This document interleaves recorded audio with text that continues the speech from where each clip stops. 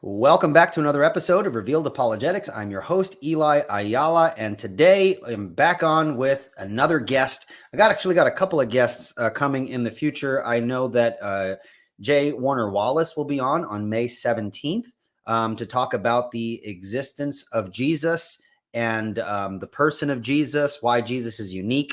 And so we're going to be talking about that topic. That's going to be super interesting. Super excited to have J. Warner Wallace kind of give me his time. He's a pretty busy guy, and he agreed to come on. And I know my presuppositionalist friends are like, "What are you doing, man?" But come on, it's J. Warner Wallace. I think we could still have a great conversation. Even my guest today, as I'll introduce him in just a few moments, we differ on some key theological points, but hey, we're good friends, and I enjoy having conversations with him. It's definitely an iron sharpens iron sort of situation, and so hopefully you guys have someone like that in your life. Doesn't agree with you in everything, but you can have that fruitful, friendship. I think it's very useful.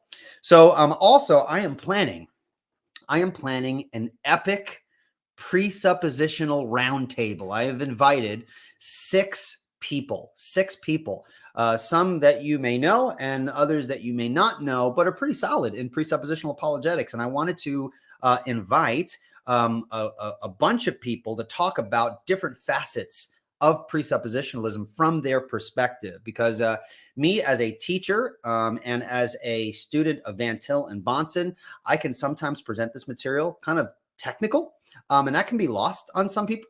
But I think it'd be useful to have other people on who use it in a different context, and they're able to kind of communicate a lot of the truth, different perspective, but coming from that same foundation. So I'm looking forward to having that. I'll let you guys know definitely when that will be happening. Of course, I'll share the thumbnail and things like that. Also, if you find the content here useful, man, give the thumbs up, little heart emoji, man. Those things are super encouraging to me. And share these videos if you really value the conversations and discussions that take place on this channel. If you are super interested in presuppositional apologetics, I mean, this is the channel for you. So we try to keep it to catering to that audience, but at the same time, we have a wide spectrum of topics that we cover here. So I definitely appreciate your support.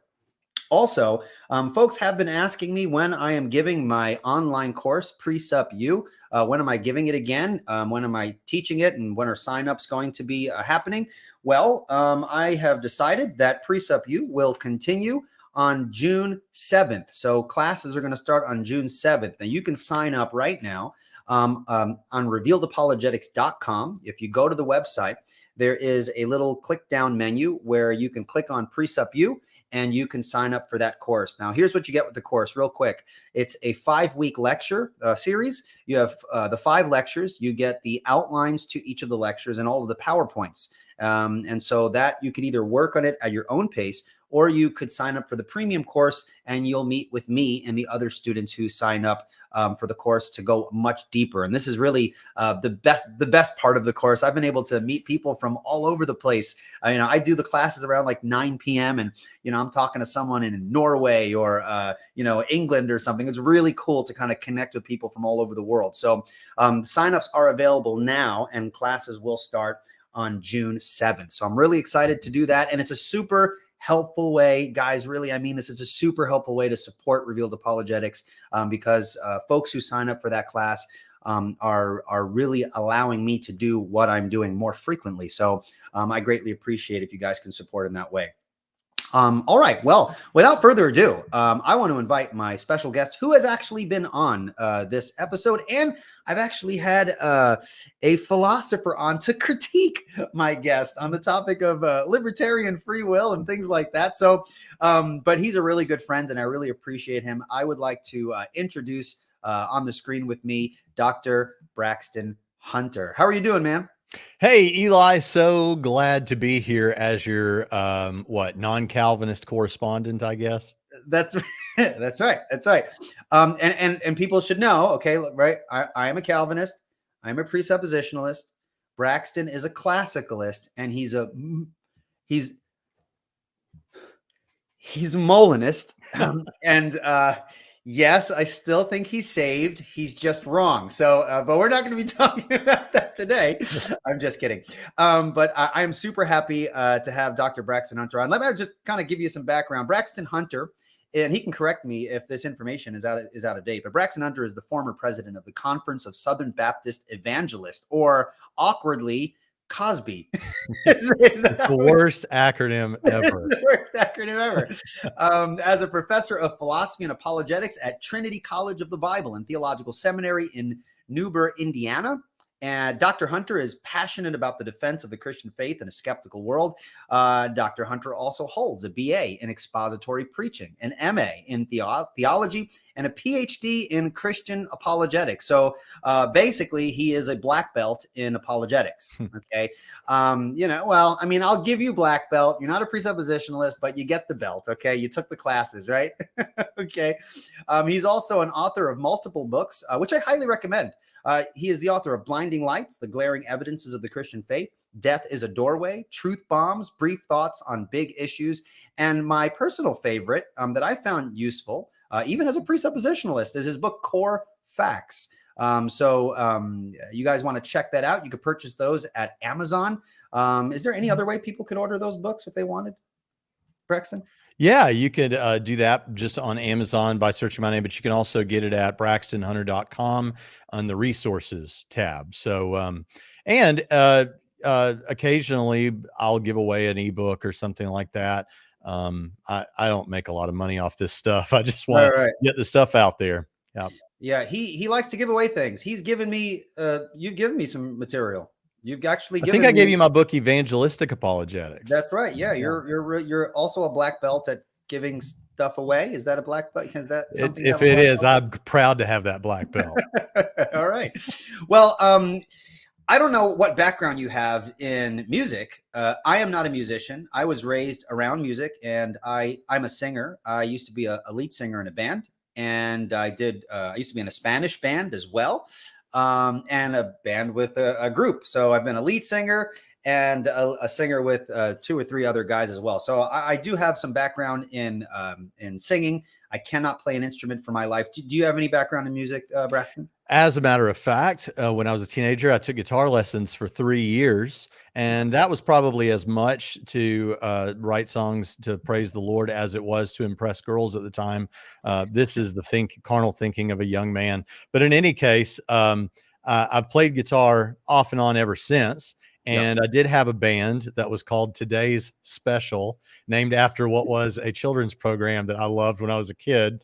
But we performed in our church youth group, and then also in some places in the Nashville area, Christian organizations and things. And then when I went to college at Middle Tennessee State University, I was majoring in music business. By then I learned you're never going to be a wealthy musician, Braxton, but you can make money off of people who are wealthy musicians if you're their manager or something. So I studied music business, but then God called me to the ministry, and I said yes. And I've never looked back, but I still love music. And like you, I still love music and know a little bit. I can't read music. I'm not, the greatest, but I have some. You're a black belt in apologetics. You're a brown belt in music. Well, actually, I got a yellow belt in karate and a yellow belt in taekwondo. One of them's a gold belt. So let's just say I have a yellow belt. Okay, all right. We'll go with the yellow belt.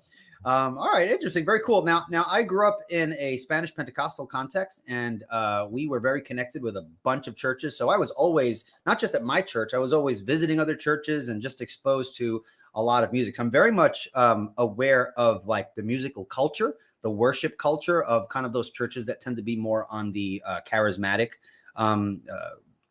spectrum, if I can say that. And it's very interesting to observe, and maybe you can kind of confirm this in your own experiences, and people can resonate with this too, that music is such a powerful mechanism. It is a powerful tool to use within the context of worship. Would you say that that's been your experience? Absolutely. Come on. There are certain songs. This is the thing. This is one of the reasons we have to be cautious, is because music can seem right. It can seem right to you, and you can wrap up ideas that might be in the music as seeming right along with it. But I think, certainly most Christians who have been Christians for very long have had powerful experiences in worship. There are people who are not very emotionally inclined, who maybe they don't get the touchy feelies as much, but I think still most people have had meaningful moments in worship with music. But even more than that, or not more than that, but just as much as that, and this is, of course, again, why we got to be careful, is I've had moments where a song that wasn't even a Christian song was so powerful on the radio or something, I had to pull over the car for a second and say, wait a minute, this is an incredibly just good, well-made, emotional piece of music. And so, yeah, absolutely. Music is powerful and a powerful vehicle for ideas. Now, to kind of nerd out, so the kind of music that I listen to, I don't know if I've ever admitted this on YouTube, but Let's hear it. Like Eli, you do apologetics, you like talking about philosophy. I mean, like, man, what do you listen to? Like, what's in your head, right? Well, I grew up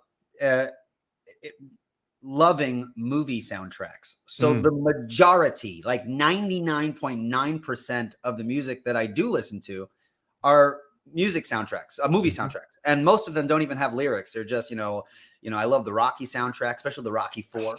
I think No Easy Way Out by Robert Tepper is the song that I've listened to the most out of any song in my entire life. Roll down the windows, wear your 80s aviators and blast that. The snare drum on that is straight up fire. And Star Wars, the Star Wars soundtrack. Now, here's the thing. When I listen to Star Wars, and yesterday was May the 4th, right? When I listen to Star Wars, there's actually a guy who actually enhanced the original music to make it more epic.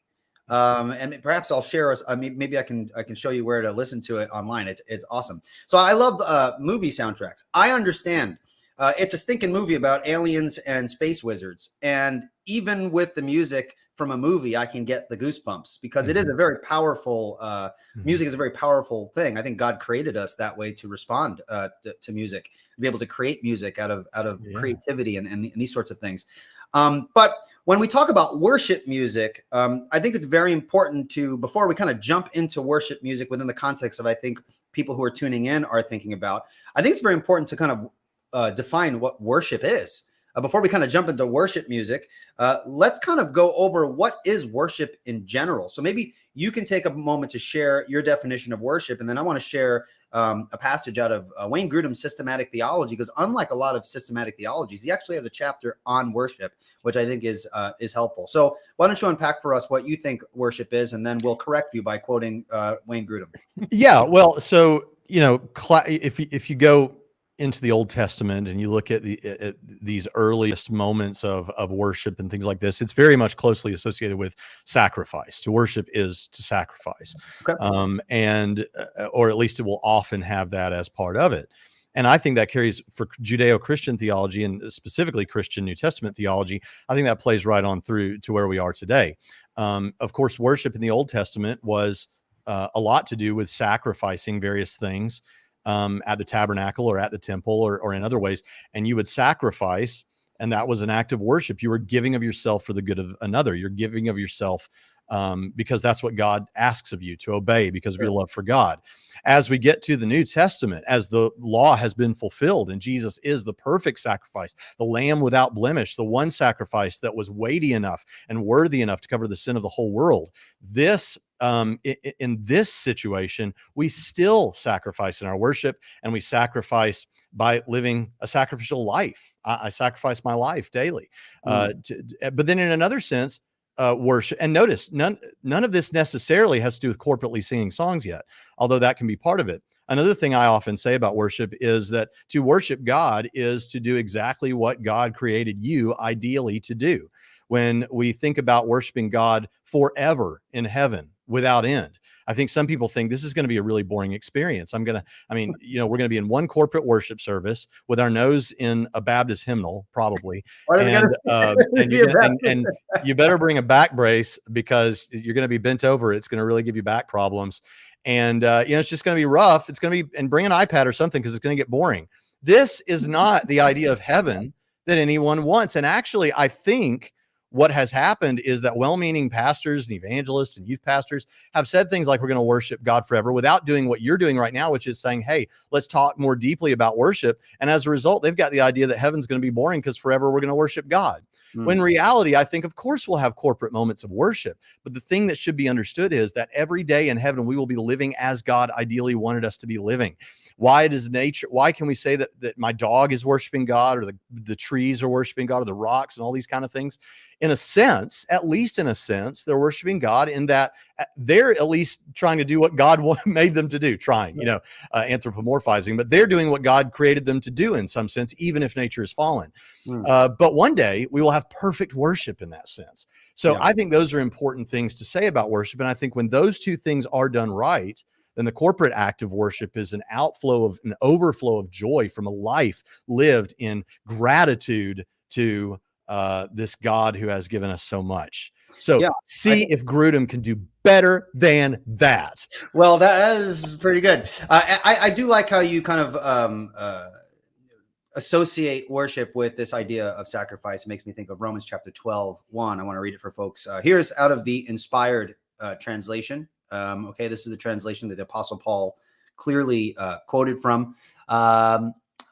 Romans 12:1 says, "Therefore I urge you, brethren," this is the NASB, "therefore I urge you, brethren, by the mercies of God, to present your bodies a living and holy sacrifice, acceptable to God, which is your spiritual service of worship."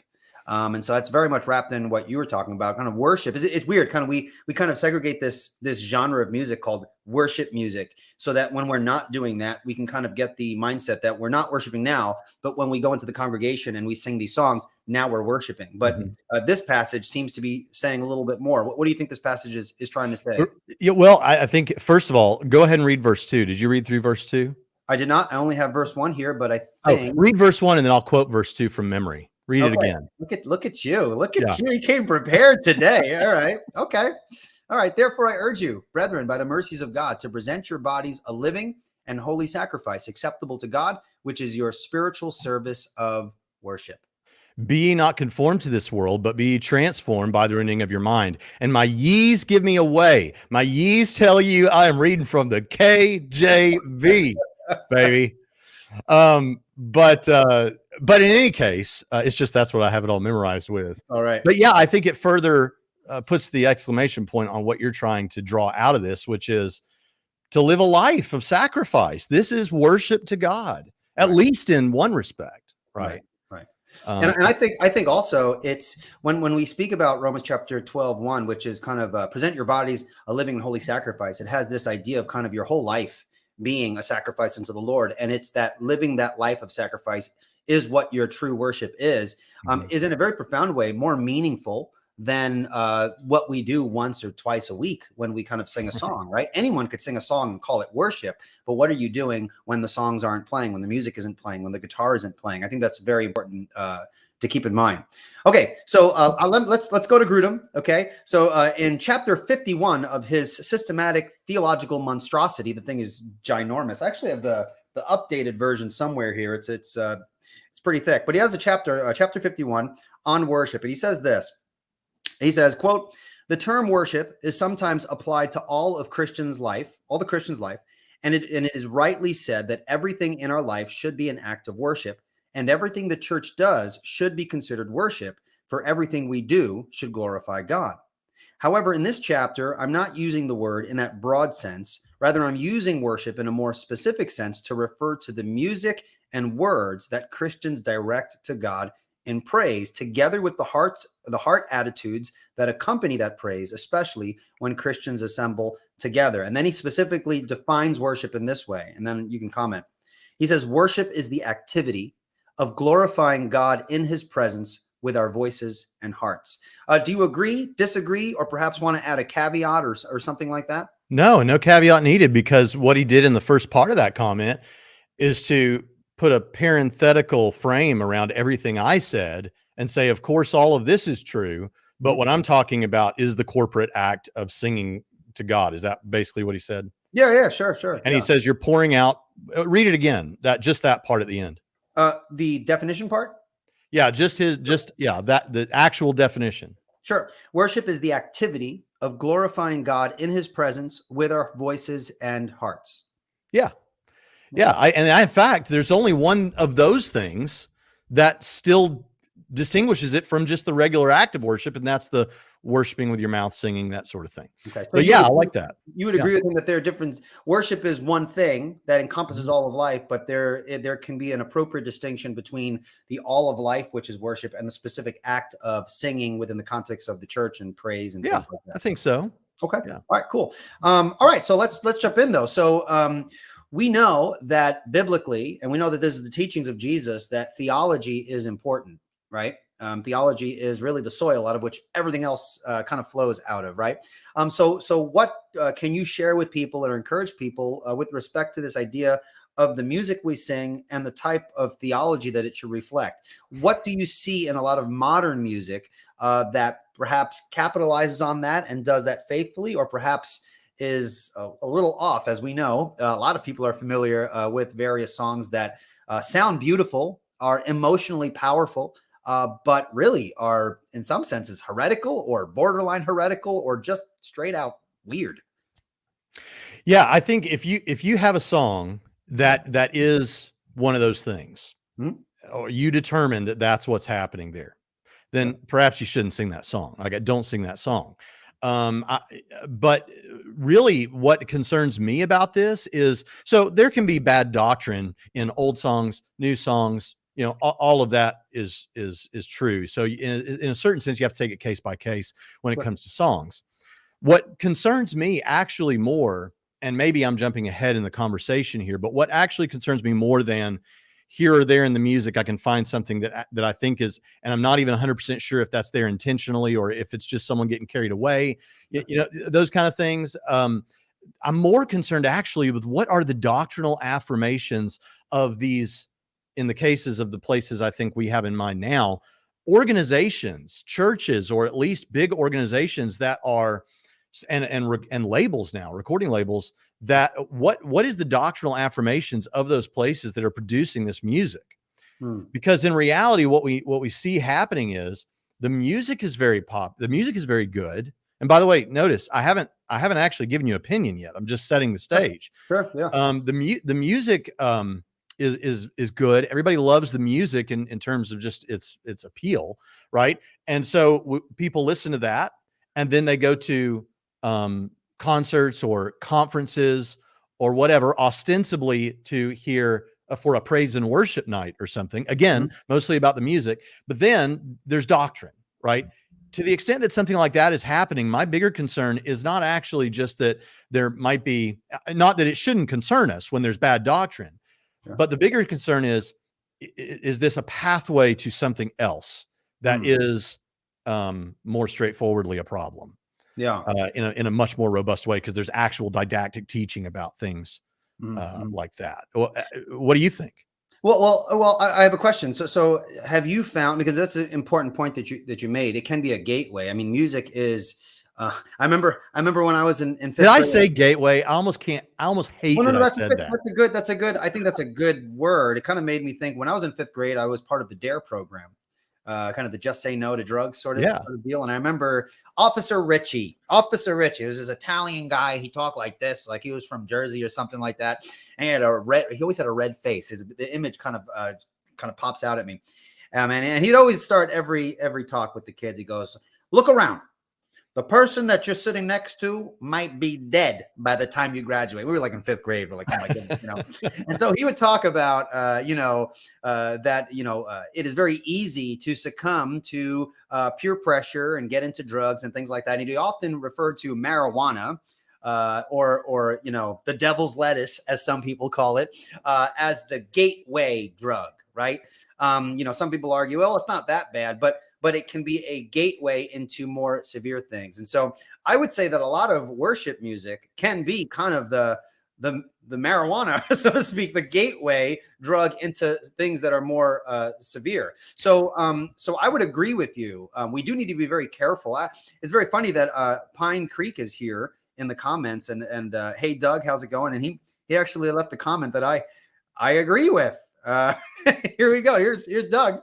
He says, "I always pre-read the lyrics before singing worship songs." Now, Why is Doug singing worship songs? That might be a topic for another discussion, but good Christians should do this. I think that is correct. I think that if you are on a worship team or you are in charge of getting the music together, I think it's very important that a worship pastor should be concerned with the lyrics of the songs that they're singing.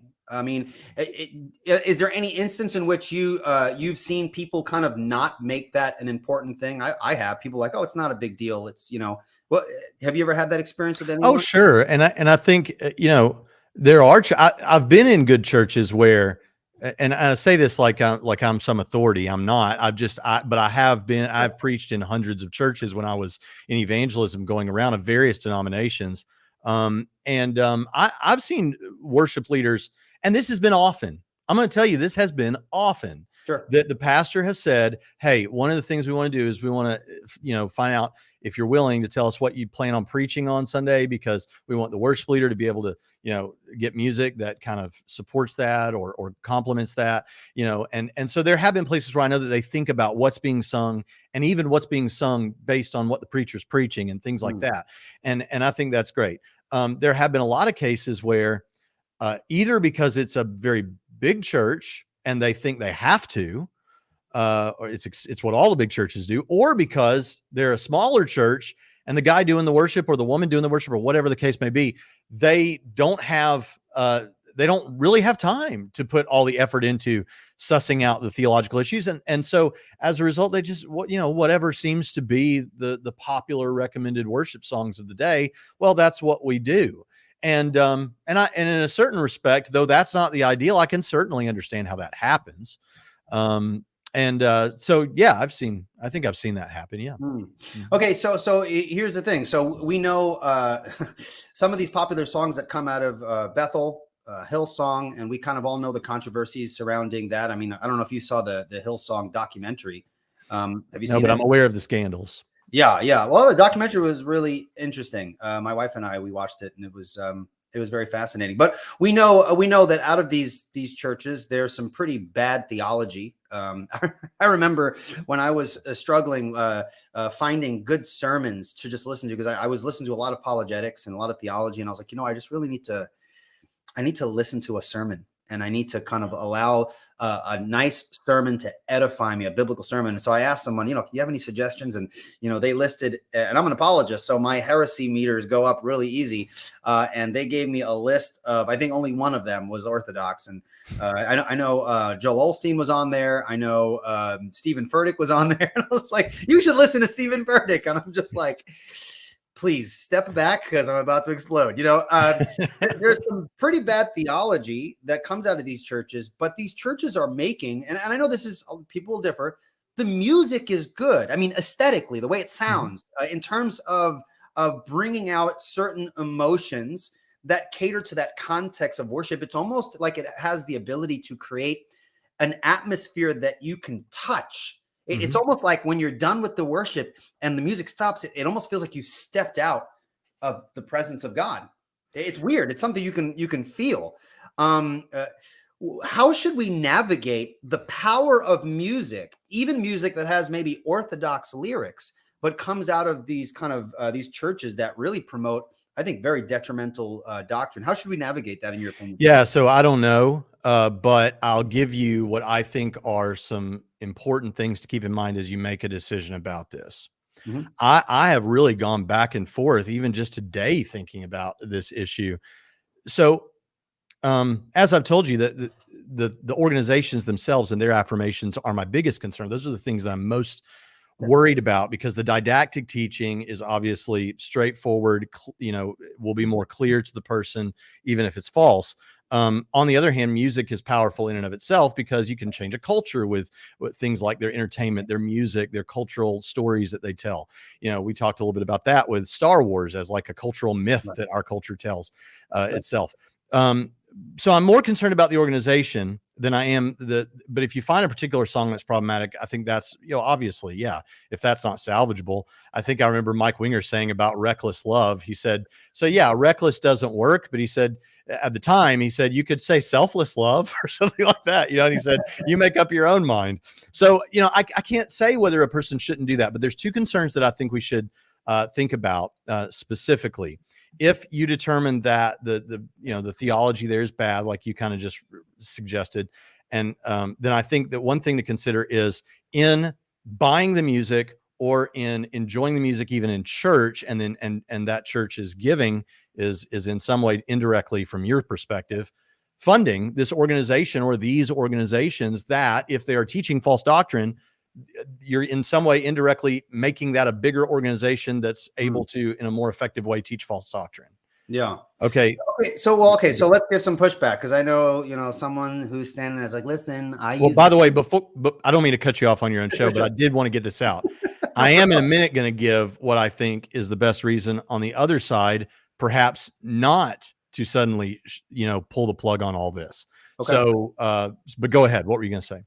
Well, I know there are people who say, listen, I have seen God move when singing these songs and these sorts of things, and someone could make the argument, well, wait a minute. Okay, so we shouldn't purchase these songs and use these songs because it's kind of like we are providing financial resources to these churches who are promoting all sorts of terrible doctrine. Okay, I get it. But what happens when you buy sneakers? Or when you buy some clothing line that has been using, sweatshop workers, right? It's like you're indirectly supporting all sorts of things when your money goes to other things. So like, look, so hypocritical. At least in this instance, this music is actually edifying people, and God is using it, right? We've often heard people say that God can strike a blow with a crooked stick. So okay, the church is a little off, but who's got perfect theology? The music is a powerful tool. How would you speak into somebody who's coming from that perspective? Well, I might agree. I mean, it depends on the severity of the doctrinal issue, right? Mm-hmm. If like let's just go to an extreme. Let's imagine that a church was teaching Mormon theology, but they wrote songs that theologically were almost perfectly acceptable to most Christians, or maybe they're not, or maybe they're a oneness church or a Unitarian type church in that respect. They're not Trinitarian, but they write music that in every other respect is incredibly wonderful. Like, is there a line at which you would say, okay, well, because I understand that you don't want to cut off your nose to spite your face sort of thing, but I do feel like there is a categorical difference between where I buy or what kind of bread I buy and who makes it. Right. To feed my family versus who is providing the worship that my church is going to use to give me a sort of a recitation to say to God in an act of worship.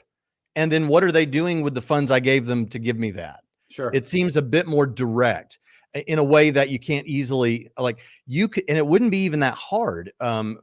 Well, that would go into the second point I want to make that's actually in favor of it. But at least in a practical sense and taking sentimentality out of it, it's not like they're the only people making worship music. You could get worship music from more reliable places, right? It's not like that's not there. Right here, I had a conversation with someone, and I won't mention the person's name, but they were like, listen, you can get music other places, but let's be honest, the music's kind of whack. So, fair enough. Not all of them, but a lot of theologically sound music is just not that good, right? And so you have this kind of conundrum that if you want the good sounding music, you got to go with the heretics. if you want the theologically sound hymns, you got to go with the out of date, 20 years behind style of music. Now I know that's not true. No, it does feel that way. I mean, yeah. Like I'll tell you, I can worship God. I think because of being in so many different churches, I've kind of, and I'm not saying this to sound pious, please. I have a lot of shallow issues, but in this respect, I've kind of developed the ability to worship God wherever I'm at because I had to if I was going to worship God because I was on the road at a different church every week. Sure. So if they were singing a 1990s youth group type song, like what? Can you give us an example of a 1990s youth group song? Shelter. What's the one about the shelter?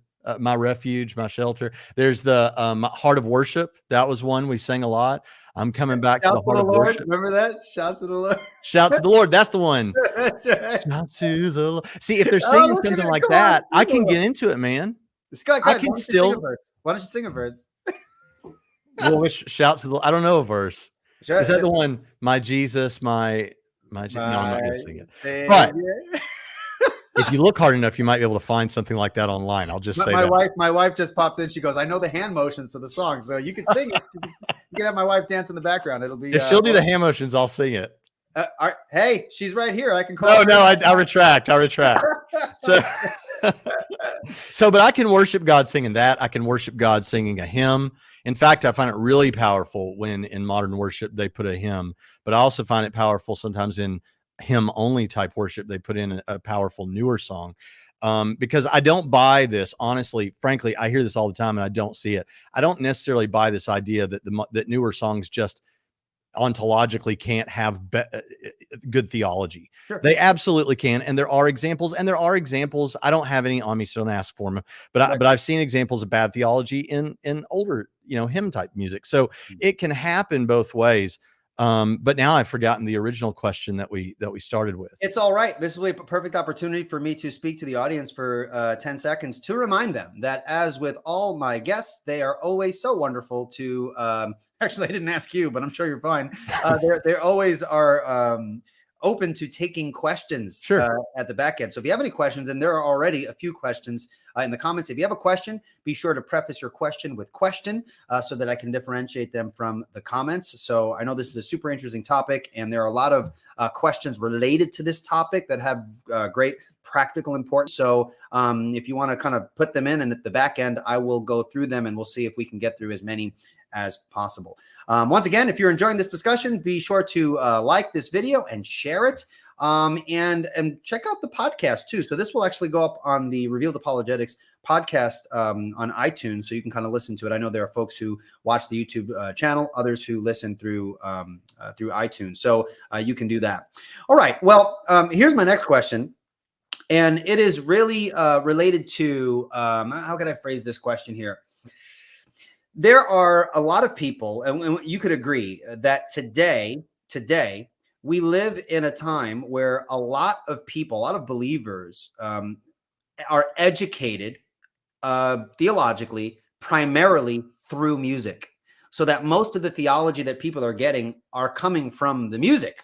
Why don't you speak into that? What are the dangers of that? What are some of the things that we can do to kind of navigate that and kind of use discernment with respect to how much we put into music in terms of allowing the word of God to get into us? So you can study the word. Other people are not studying it as much, but they're kind of getting their theology from music. Their perception of Jesus comes from these songs that sound like love songs and things like that. How can you speak into people who are coming from that perspective?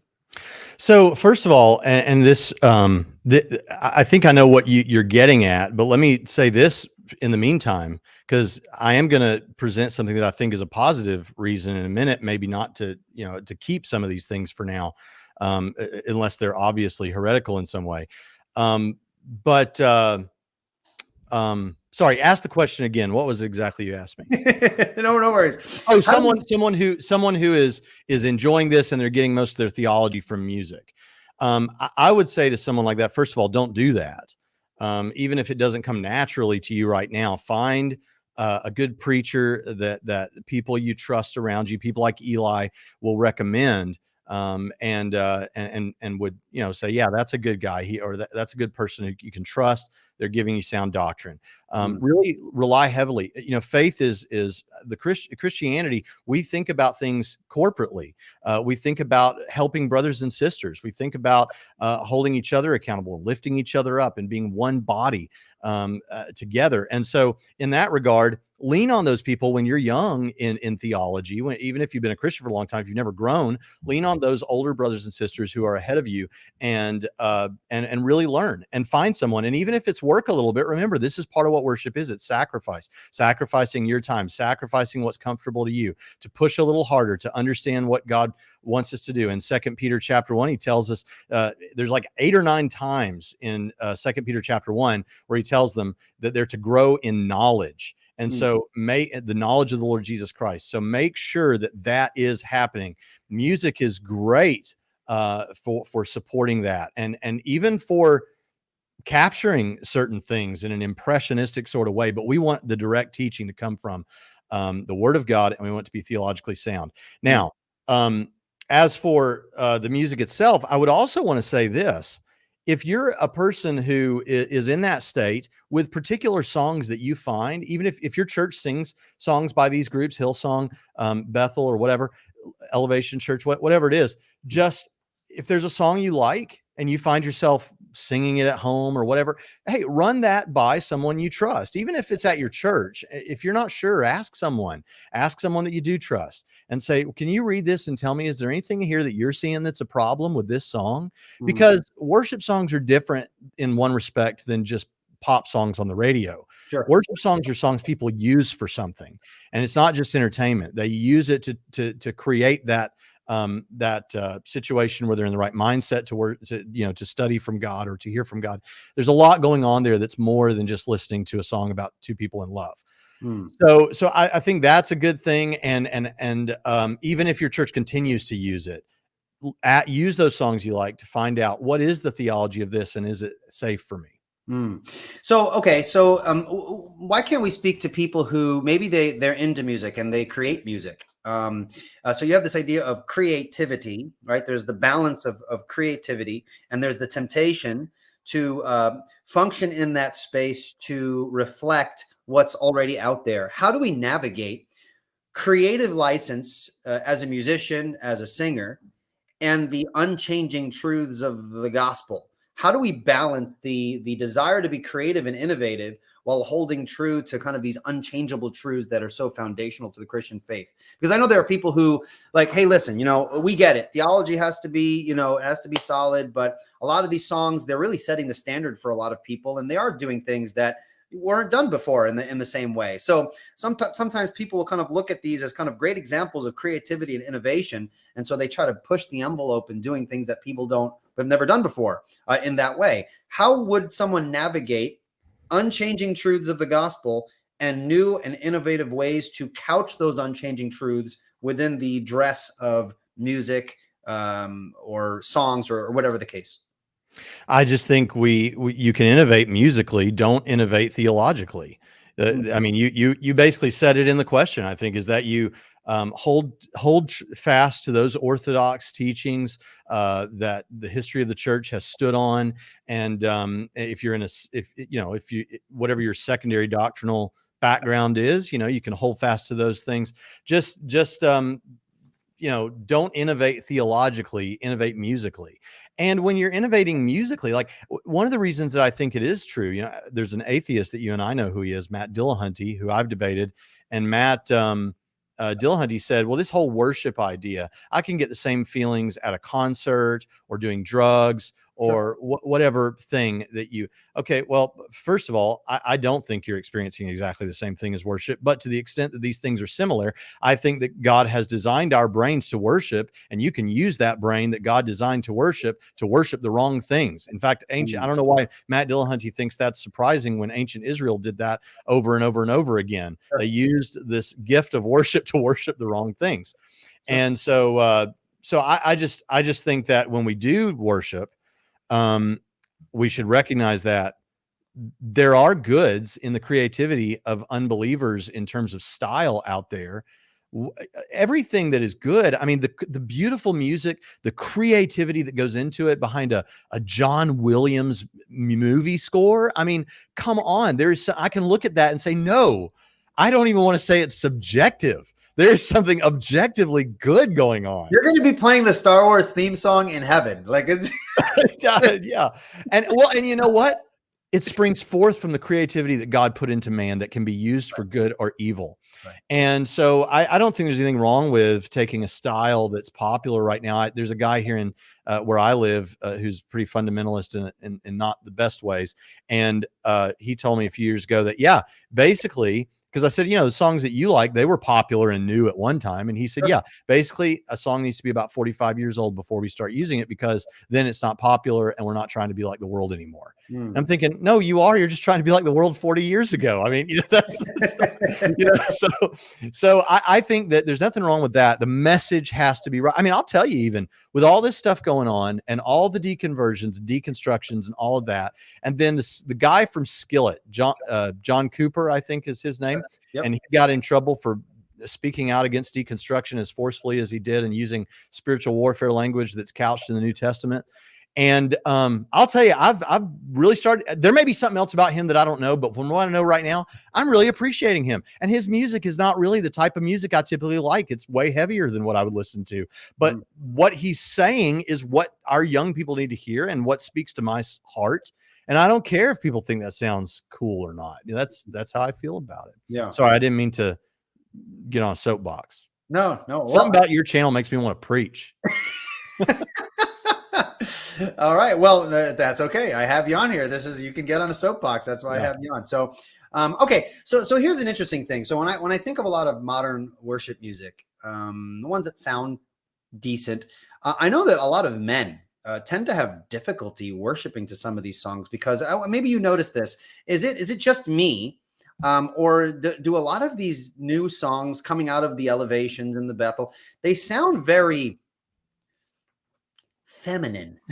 It's boyfriend Jesus music. That's what people call it. What was it? Say that again. Boyfriend Jesus music. Yeah. It feels like there's a lot. So a lot of women, if we had this conversation with some women, they'd be like, listen, you don't understand. That's what speaks to my soul. But to a dude, I mean, a guy's just like, there's a song talking about dancing with Jesus, and the guy's like brolic with tattoos on his, and the God saved him from drugs or gang life. And now he's here, worshiping to Dixie Chicks or something. And having heart palpitations and sweating while dancing with Jesus. I mean, this is what's in the lyrics. I mean, this is certainly sounds like romantic love, physical romantic love, right? Sure. Yeah, I think, I mean, I guess there's a certain respect in which what speaks to your heart there is subjective given your personal experiences, but I don't think we should. I don't think it's appropriate to speak about God as you would. Let's face it. What we're saying is like a sexual partner. Yeah. I think we ought to ditch that. But then I could call something boyfriend Jesus music that isn't boyfriend Jesus music to somebody else. So I don't know. Sure. It is tough, but I will tell you this, and I've been wanting to say this I keep forgetting to say it is. I used to walk in the mornings. I need to get back to that, but and to finish my walk, I would spend about 30 minutes praying and listening to praise music and kind of singing out loud, frankly. Yeah. And it was great. And I'll remember that one of the first times I heard "So Will I," the song "So Will I." I think it's Hillsong song, okay. And the lyrics and about the creation of the universe and all this stuff was just so powerful. I had a real hard time. You know how you mentioned that feeling that just kind of comes on you, which some people might say, well, that's just dopamine, or you're just getting hopped up on whatever, but when I've preached, Eli, and I wonder if you've had this experience, oftentimes after I've preached, I've felt that same feeling. And I didn't even want to like turn on the TV when I got back to a hotel room or back to my house, because I didn't want to disturb that sweet, like, presence that I felt, and I know that sounds really bizarre to people who aren't Christians who might be watching, but that's the experience, and I've had that with "So Will I." Now that may have had more to do with what my situation before God than the song that I was listening to. Sure, but that's just to say I understand how powerful it can be. The sound of the music and the lyrics activated something in you that is closely connected with your relationship with God. I think that's a good way to say it. Yeah. Okay. Yeah. Now, is it okay with you if I tell people what it is that I think actually might give us pause about just saying, no, we need to shut down with all this stuff and churches don't need to use it? Okay, go for it. Yeah, because I've been holding that like a carrot out there, and I felt like I should say it. So if you say anything that's off, I'll just go back and edit it later and apologize. Yeah, that's fine too. You could do that. But for these people that are listening now, it's too late. It's too late. But here's the thing. I don't want to give like a consequentialist type of. Well, I'll say it this way. There are a lot of people, to whom these songs that have already been released are very, very meaningful. One thing I wanted to say is, regardless of what you think about these organizations, if you find out that someone is even attending one of these churches or listens to this music regularly, don't think that means you can't just assume that they have the same theological issues that the creators of that content have. Sure. Because after all, we are here talking about this because many Christians in America of various denominations Sure. are listening to this stuff. And precisely because of that, we got to be very careful not to unnecessarily put a stumbling block in front of people. There are some people that if they found out that that some of this music that is very important to them wasn't there anymore, well, it doesn't mean that they would walk away from Christianity, but it could really hinder them and create spiritual hurdles and perhaps guilt and things like that at an unnecessary time. And so in a moment where there is so much division in the church and unity is needed, I am right now live with you, still trying to work through exactly what is the right answer to this, because unless we can see what is absolute heresy and not just a secondary doctrinal issue that we might disagree with. Sure. Like you and I might write a song that was different as it relates to Calvinism or something, right? But and I would love for you to write a song called Tulips. Yeah, yeah, you can write the song Tulips. Yeah, Tulips. That'd be good. But seriously, we gotta consider the fact that we're not to put stumbling blocks in front of people. So while I think that, in my opinion, the greatest thing in favor of this is that in supporting it financially, we are indirectly funding organizations that are preaching false doctrine. And I realize that we have to cut off our nose to spite our face when it comes to all of our other goods that we live with. But when it comes to worship, I think there's something specific and more direct going on there that I think we should pay attention to. But on the other hand, the thing that I think needs to give us pause is we are talking about a lot of people who may well decide, I guess I can't attend this church anymore because they saw us talking about it and took seriously what we're saying here. So, I don't think that we should compromise, but the question I think we should ask ourselves, and you have to ask yourself as a viewer, is, given this information and given the things that we're discussing here, is it compromise to continue going to a church that has those songs? Is it compromise for someone to listen to that and incorporate it as a part of their worship? And are there any songs from those groups that they can, because they don't have problematic theology?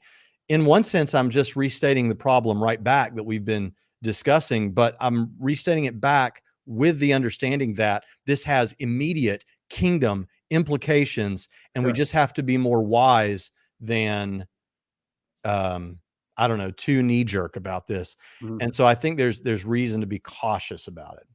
Yeah. So now you said something about the importance of unity, but definitely you're not referring to unity at the expense of orthodoxy, right? Right. That's right. There are issues that are worth dividing over. If someone is concerned about this, which a young person approached me just a couple of weeks ago and said, "Hey, listen, I think and he's a new believer. He's solid. He's being discipled and stuff." Because you know what? I don't know if I can continue going to this church because of this music thing. I mean, in his discipleship, in his personal studies, he's listening to sermons that are very gospel-centered, biblically based, and then he's listening to music that he's hearing and saying, "This doesn't seem right. Like, should I talk to the pastor about this? Is it going to cause unnecessary division? I mean, should I leave the church if this is convicting me?" And if I answer yes, if it's convicting you, go somewhere that, if it's that serious, then is it something we should address? Like, hey, pastor, we should be more wise when we, maybe the pastor doesn't know that some of these songs are connected to these churches that promote these false doctrines and things like that. How do we navigate that? Because it seems like on the one hand, we could say, well, we don't want to cause division, but someone can make a very good argument that, well, given the theology that's coming out of the churches that produce these songs, we need division from that. That warrants an appropriate dividing line, because we're talking about worship. We're talking about leading people before the presence of God. And when they see the name of the song and where it comes from, and people say, "Hey, man, that was a great song," now that's the gateway. Don't we have a responsibility to really come down hard on that, even though it goes against the fact that these songs are popular, that a lot of people have been impacted by the songs? How do we navigate that? How serious should we be taking this? So my opinion on this, and this is tough waters we're refueling our way through, but my opinion on that is, yes, we, if there's an organization, and an organization that is not doctrinally sound, you should not affirm that organization. I Sure. agree with that. Sure. And the whole discussion here, of course, is so yeah, we should not have unity with people that are teaching things that are not Orthodox Christianity, right? Right. And if any one of these songs, was teaching something like the Trinity is false, or any, these central fundamental truths of the Christian faith, then there's not even a question, right? That's done. That's out. What I'm talking about is, since this music has so permeated the church and there are so many people there, and I've told you my concern, I have a serious concern about this, and that is the funding of this thing. And so that's very concerning. I think talk to your pastor about it. Talk to your pastor and see, because, in seminary, I don't know about you, Eli, but in seminary, I had to study a theology of worship. I mean, think about what you were just reading from the systematic theologian a moment ago about worship. And that's why he and I gave pretty much the same answers, because you learn all that, right, in seminary and stuff. And so pastors should be prepared to talk about what they think about the worship, and the worship leader should. Now, they won't all be, but they should be. So it's not your fault if you ask them and they don't have thoughts about this. Right. That's on them. And Yeah. so it's perfectly fine for you to ask them and talk to them about this and get their opinion. Now, it's a little bit ambiguous, because we're talking about, in a certain sense, songs that aren't in front of us right now to go through line by line. Sure. That's one side of it.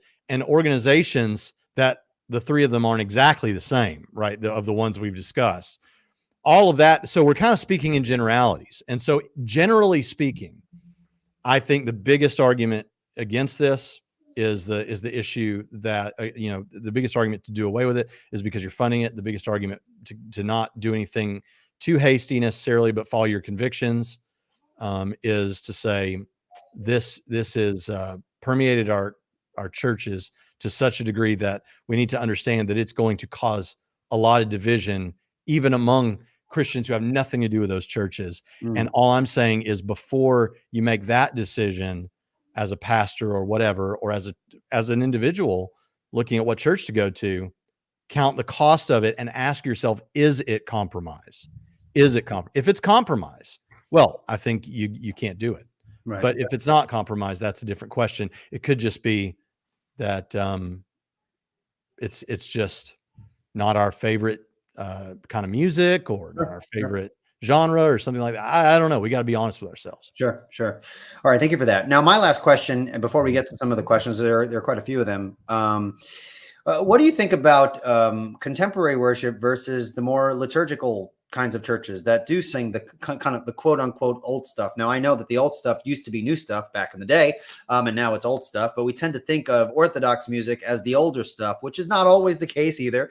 But is there a value over the more contemporary context, going back to the more old school way of doing things, in terms of the more liturgical context of kind of the old fashioned sort of churches that follow that more structure of everyone singing the hymns together, and it's more structured and contained, as opposed to a lot of these free flowing, uncontained, sometimes questionable theology worship experiences? How would you compare the two? Well, I think there's two questions there, right? So there's the question of older established music versus new modern music. And then at the end, you mentioned questionable theology. Now that kind of puts a different, because there's, those are two separate questions. I think bad theology is bad theology. We don't want it in our old hymns. We don't want it in our new music if we can help it. Sure. Older stuff. Now there is a case to be made. Now I don't think there's anything you can say, "Thus saith the Lord" here about that. Sure. About the stuff, your favorite, genre of music. But what I think we can say about it is there are positive cases to be made in both directions. Okay. And so I think the best of both worlds. Why not use a little of both? Something that reflects the culture in which you live musically, and something that reflects the past. Now, the value of the past and having hymns, as you no doubt know, and many people will be quick to point out, is okay, if the theology is better, then the theology is better. I'm not necessarily sure about that, but let's just say the theology is better. Okay, that's a point in favor of it. But a point in favor of it would be, there's something that becomes a familial thing that we pass on from generation to generation, that continue, that kind of binds me to my grandfather, that we both sang this same song, this same worshipful song to God out of a book, very much like the one I'm holding right now, the same kind of hymnal. And we sang this same song. My grandfather sang these same words, or my grandmother, there's something to that. I think it's the faith of the fathers sort of thing being passed down. And I can appreciate that. On the other hand, to the extent that, I'm not even going to make the case because I don't really know if I buy it, but where people feel like there was that something, I shouldn't say, I'm just going to leave it at that, because I feel like what I'm about to say next, I need to let ruminate a little bit before I say it. So I'll just leave it there. There is a positive case for hymns that if the theology is better, and that there's a string like that of connectivity from your past family members and heroes of the faith in the past. Sure. I guess one could say this: if someone experienced trauma or was in a denomination that was that didn't treat them right, or didn't represent Christ well, and they associate certain songs with those churches, perhaps newer music or different music allows them to start over.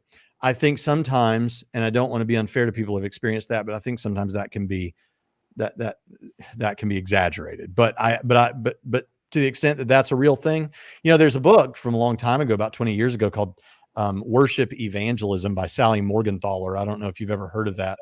But it talks about how, after the boomers generation, people brought in people in the 90s, let's say, started trying to attract the boomer generation and the current generation by going into movie theaters and making atmospheres that didn't look like traditional churches, and no stained glass window and all those kind of things. And that did seem to attract some people, but overwhelmingly what it seems like, according to Sal Morgenthaler's book, is that even those boomers who left church because they got hurt in church or something, they found something comforting about the trappings of a place of worship that were most typically associated with traditional churches. Sure.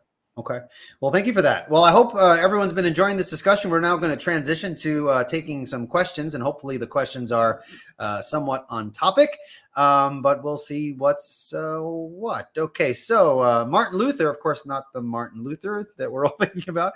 Oh, okay. So it's a precept question. All right. Not on topic, but we'll kind of go through this quick. And if you want to hear more stuff on precept, then definitely join me when we have that precept roundtable, because you won't just get answers from me. You'll get answers from a bunch of other people. Maybe that'll give you kind of a fuller understanding. But just real quick. So Martin Luther says, I've heard some precept people say that if the argument for the Christian God is not definitive, rather than a probabilistic argument, it will leave the unbeliever with an excuse. Is that true? Well, there are a couple of things that need to be teased out here. As a presuppositionalist, I have no problem using probabilistic arguments and appealing to evidence. The presuppositionalist believes that everything is evidence for God, and so everything encapsulates the concept of probability. So probabilistic arguments, we would argue, have to presuppose the reality of the triune God and his revelation anyway. Now, how do we tease that out? I won't tease that out here because that would require some time. But I would argue, and of course, Braxton and I have talked about methodological issues here, and we're not going to debate it here. But I would to close this question off, I would echo the words of Dr. Scott Oliphant, who is a professor there at Westminster Theological Seminary. He said that presuppositionalists are eminently evidentialist in that we think that everything is evidence for God. And we could argue in that way presuppositionally, and it would be no different. Even if I appeal to probability arguments, I would argue they have to presuppose God for their intelligibility and cogency to begin with. So I'll leave it at that. Hope that's useful and helpful. Let's move on. Thank you so much, Martin Luther, for your question. All right. So Arthur Bear asked a question. If a church is biblically sound, is it okay if they use worship music from Hillsong, Elevation, and Bethel, considering the known strange false teachings from those churches? So we kind of covered that, but why don't you just kind of briefly address that question here and now? So in summary, currently, I'm just going to say, Eli, don't feel like, I know you can disagree with me about this, and it's your show. So don't feel like you have to do a different episode and talk about this. You can say if you disagree with me, but all I feel comfortable right now saying is, listen, the fact of the matter is that that's a decision I think you're going to have to make under the conviction of the Holy Spirit, and see how God leads you about that, unless what is being sung is obvious heresy or something like that, then talk to your pastor about this. The fact that it is from these organizations, I have concerns about that too. I'm telling you, I have concerns about that. I'm just not yet to the level where I think that I can tell people to quit going to a church just Sure. because they're doing that music. Yeah. Sure. I would agree. I also think it's very important that we don't respond in extreme ways. So, like, you listen to a Justin Peters, video. I know Justin Peters often speaks out against a lot of these sorts of things. And I really appreciate the stuff he has to say. I'm not disagreeing with him. I agree with a lot of what he says on this topic. But you don't, and you listen to a John MacArthur sermon and you're like, oh my goodness, we got to fight against this. And you just run into your pastor's office and you make a big mess. You have to understand that music is something that is very embedded in the culture of a church. And so sometimes it takes a strategy and love and patience in kind of helping the church shift in a direction that is more in line with Scripture, if the issue is that these songs are not in line with Scripture, or they're singing songs associated with churches that we would find questionable. So I think we should take a very patient and loving approach, but at the same time an uncompromising approach, and making sure that we are speaking with the pastor. Now, here's a defense of the pastors. Pastors are aware of the theology of worship, but that doesn't mean your pastor is automatically savvy to the about the churches of which every song your worship leader is singing on Sunday. So you don't condemn your pastor right away. I mean, he's got a lot on his plate. Okay. I've worked in ministry before. Pastors aren't sitting in their offices twiddling their thumbs. There's a lot going on in the ministry of a pastor. So he might not be aware.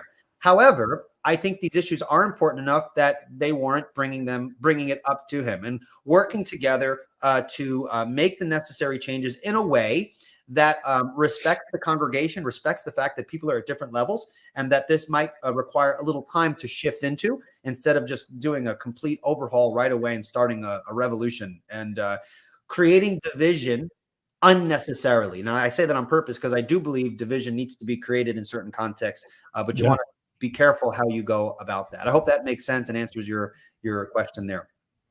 I'm going to put this here. It might be a kind of the same question. If it is, we'll move on. But Kayla Henderson says, what should a person do if their church is sometimes singing modern worship songs with problematic lyrics? Okay, the pastors are already aware. Some of us are concerned with lyrics. Well, again, so if the pastor is aware, I mean, yeah, that should be a conversation that should be had. I mean, do you agree with that? I mean, yeah, and in fact, I'll tell you,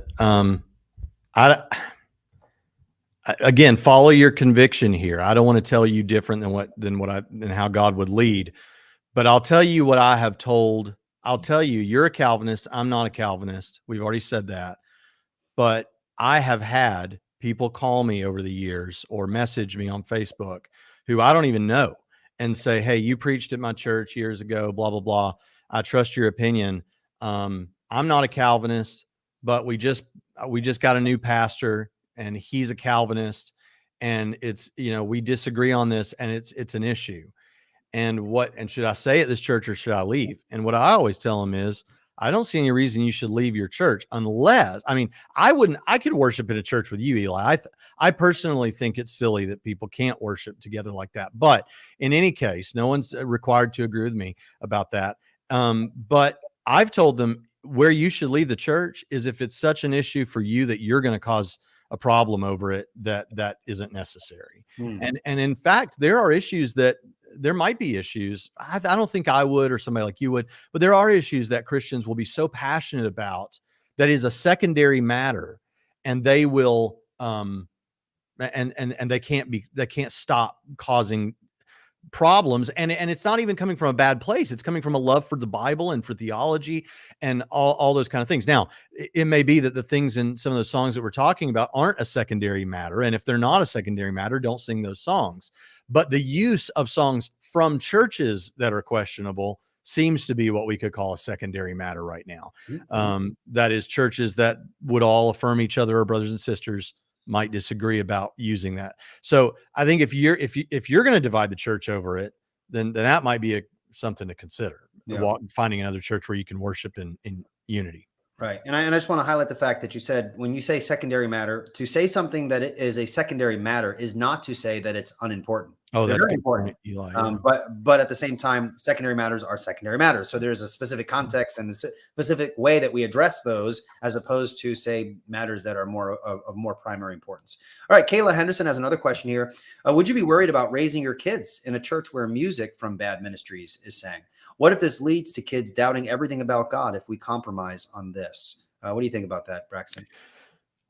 If you feel like you're compromising, then don't compromise. If you this is, again, I hate to sound like a broken record, but I'll tell you, for me, um, where the line would be crossed for me with my kids in worship is if they say things that deny the gospel or deny one of what almost anyone would consider the fundamentals of the faith. Things like the death, burial, and bodily resurrection, the virgin birth, the Trinitarian nature of God, all these kind of things. If they aren't, if I mean, these are the unequivocables, things like that. And so, yeah, I think on these other things, I think there's grace. I may have lost where the question is again. I'm sorry, it's getting late. No, no worries, no worries. Oh, raising kids. So with my kids, I don't worry about that, because here's why, Eli. I teach my kids theology at home. I teach them Bible at home. We do devotions. I want them to know what their daddy thinks about what the Word of God teaches and why he believes it and why he thinks it's true. And the great men and women who've gone before me who have taught those things and how it connects and where it's taught in the Bible. That's what I want to do. So when my kids, if they hear something that supports, let's say, baptismal regeneration, the idea that water baptism is necessary for salvation, something that I absolutely do not affirm. But if that something that seemed to imply that was in a song, it wouldn't be the end of the world for me, because I know that I'm going to have a conversation about that song with my kid later, and we talk about this stuff all the time. Sure. I understand that not everyone is a seminarian or anybody feels that they know these things well enough to talk about them, but you can still endeavor to do that at home, and I think that's important. All right, thank you. Kayla strikes again. I'm going in order, so she kind of has a couple of them here. I think it's a good question. So, is it better to go to a theologically excellent church with no children's program at all, or a church with Bible teaching and ministry but bad music? And she has there the sinner's prayer. And I think it's the idea that, it's kind of the casual idea that if I say a prayer, that means I'm saved. And I know that from our different perspectives, I think we both agreed that, you're not saved by simply uttering words there. So we don't have to get into that issue. But how would you speak to that? Well, believe it or not, this is something that I'm considering right now, and I'll tell you why. Because the church I go to is very doctrinally sound, but actually, both of my kids are wanting to, one night a week, go to a different church that is a different denomination that believes differently than I teach my kids on at least a couple of important secondary issues. Is it a Calvinist church? It's not a Calvinist church. And so I'm trying to make that decision, but I have so far let them go to this other church. Now, what they're teaching, again, is Orthodox Christianity. Don't get me wrong, but on secondary matters, they differ from me. And I have so far been okay with that for the same reason I just gave before. I am teaching my kids the truth so that when they encounter a counterfeit, they know it. Yeah. Okay. All right. Thank you for that. Philip Waddell, I hope I said that right. Do you have trouble pronouncing people's name on your show, Braxton? I do. I just go with it. Okay, just go with it. It sounds like I'm speaking in tongues. That's another video. Anyway, how does the psychology of music and the idea that a certain musical construction produces a certain emotion relate to the psychology of worship? How does one navigate emotionalism in music? That's an excellent question, Philip. Thank you so much. Well, I mean, a part of how God made us is we are emotional creatures. And so while I think that some Christians emphasize the emotional side of things far too much, and some Christians emphasize the intellectual and doctrinal side of things to the exclusion of emotional connection to God in our relationship with Him and in our worship. I think He created us with both of those capacities, and I think that they're both important, and there's room for the expression of both.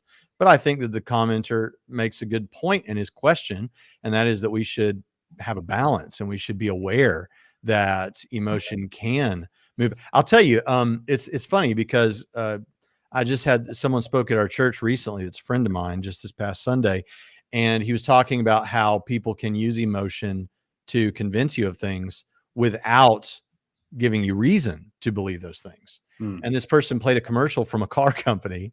It was a Chevy commercial. And it was so perfect for this because the car wasn't in the commercial, maybe like 2 seconds out of the whole minute-long commercial. And you never saw like the full car, but you saw a golden retriever and a guy hugging the golden retriever and a little girl sitting in front of the fire with her daddy and all that. And it's a Chevy commercial. You didn't tell me anything about the car. What you should have done is give me a reason to think I should buy this car. You didn't do that. And what you did was you sold me Americana. You sold me a father and daughter. You sold me a golden retriever.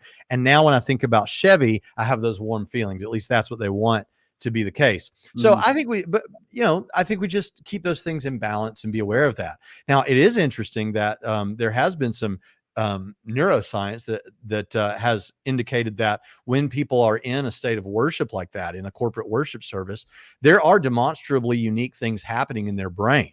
Sure. The naturalist wants to say about stuff like that, well, see, that just means this is completely naturalistic. And I say, no, it just shows that there's also a natural side of it. And Sure. it kind of shows that God maybe made us for worship. Yep.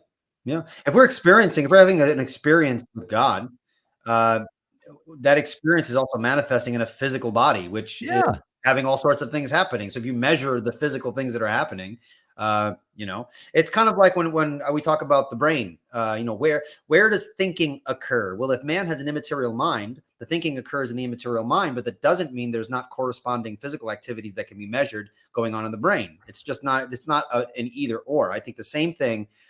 We can have a genuine experience with God, and we could have corresponding physical things happening in our bodies. So, I think that's important to keep in mind. Now, I know it's late. Can we do just a couple more and then we'll wrap it up? Yeah, let's do it, man. Okay. So Andrew Majeste, sorry, I think I'm just going to go with that.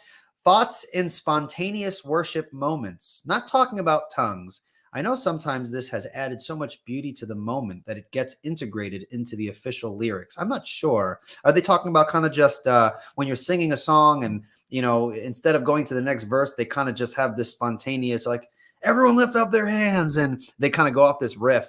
What do you think about those things? You know what he's referring to? I'm struggling. It almost seems like maybe what Andrew is talking about is a moment where you just are suddenly aware of how grateful and all those kind of things you should be toward God and worship. I've certainly had that. It's strange because you'll even run into unbelievers. Like the world's most famous atheist, Richard Dawkins, has said very similar things, that it's like you want to worship, or it's like you want to express gratitude to something or someone, but there's no one there. And I think that is just the world we live in.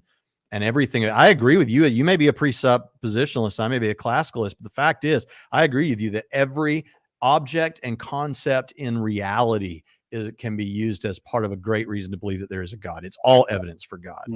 And I can look at the world around me and sometimes just walk out of my house on a great day with great weather, and I just look around at the green trees and grass and the blue sky, and I'm just caught up in a moment of worship. I think that's real. Yeah. Maybe that's what he's talking about. Bought with a Price says, has Braxton seen or heard of avoiding songs that sound tulipy? Since he did mention it, or the other way around for Eli. So have you ever heard a song that sounds kind of Calvinistic and you're kind of just apprehensive about it, or maybe you don't care? And then I'll share my thoughts also. It doesn't bother me one bit because first of all, a lot of the music that I might say, oh, I think a Calvinist wrote that or something like that.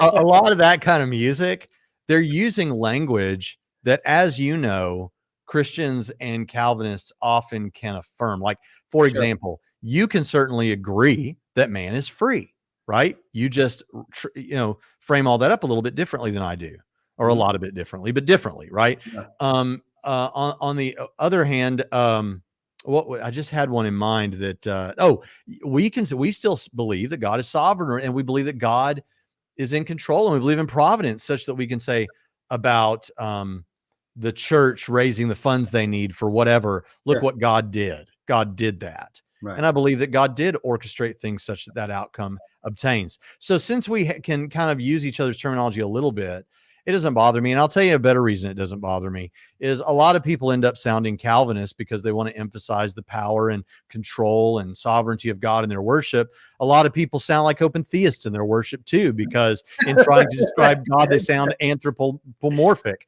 but Okay, I don't that's freak good. out over that either. So That's right. I like tulipy sounding songs. You know, doesn't bother me. Tulip. That's the song for me. I believe in the sovereignty. I'm just kidding. Hey, if it's tulipy, I'm down with it. Tulipy sounds like it could have something effeminate going on with it, which is what you said you were not supposed to do. Oh, maybe. So, I was just thinking tulipy because that's right. all right, go on. I'm just kidding. What's the next thing? Yeah, I don't make a big deal out of it. You know, if it's talking about salvation, that he died for all and things like that, like, yeah, like I'll have different ways of hashing that out. But am I going to nitpick in the context of like a service that's singing that song? Like, oh, I can't sing the song. No, I wouldn't.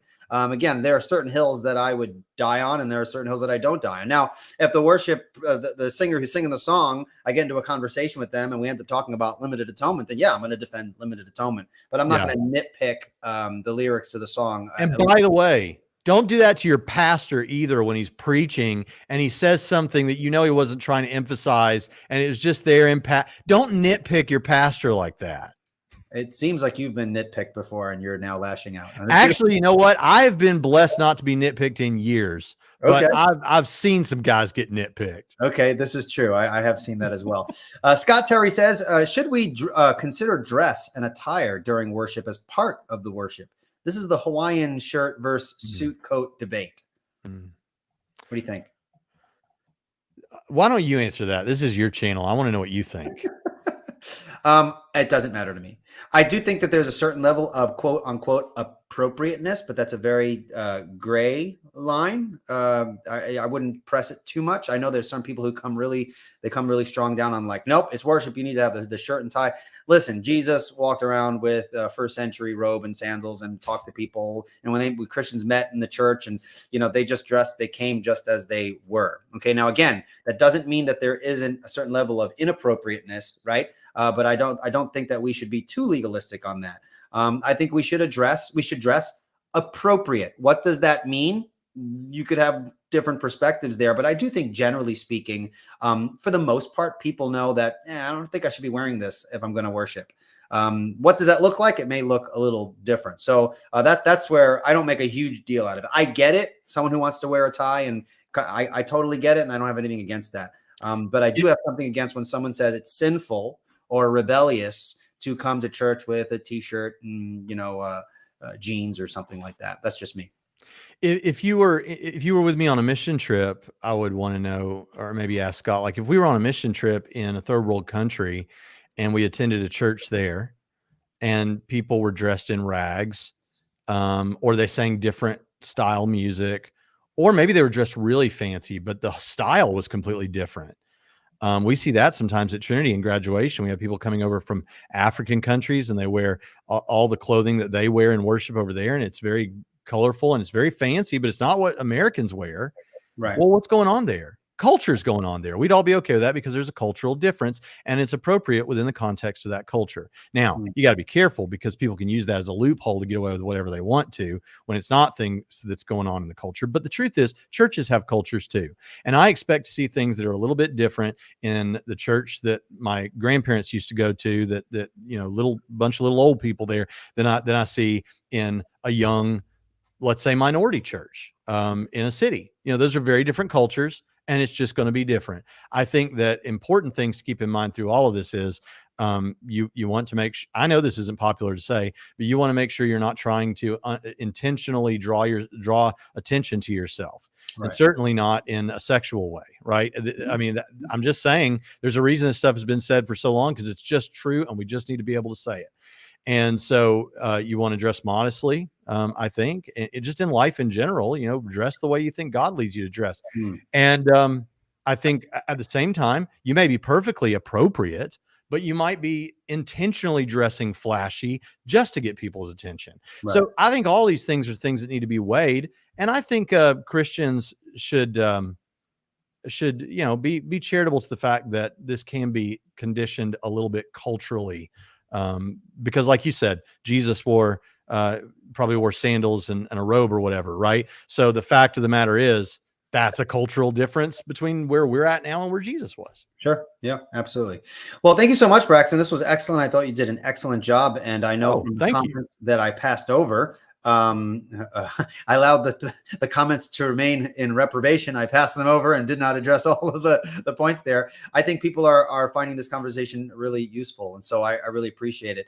I think we should conclude this interview with singing a song. Let's sing The Old Rugged Cross. Or are we going to sing? Are you serious? Or Come Just As You Are. I'm totally kidding. On a hill far away stood an old rugged cross. Sing it, brother. Sing Do you know the words? I don't know the rest of the words. The emblem of suffering and shame. Now we can collect offering, so you can send your super chats or not. Yeah. Oh, that was awesome, dude. I don't think is this the first show you've ever sang in? Am I maybe?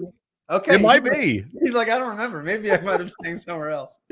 That is awesome. Well, where can people find you if they want to get more of what you are serving? Because before you say that, I highly recommend to visit the YouTube channel that loves atheists. There are a lot of excellent videos and content and review videos over at Braxton's channel. Why don't you tell folks briefly what's your channel all about and where can they go to find you?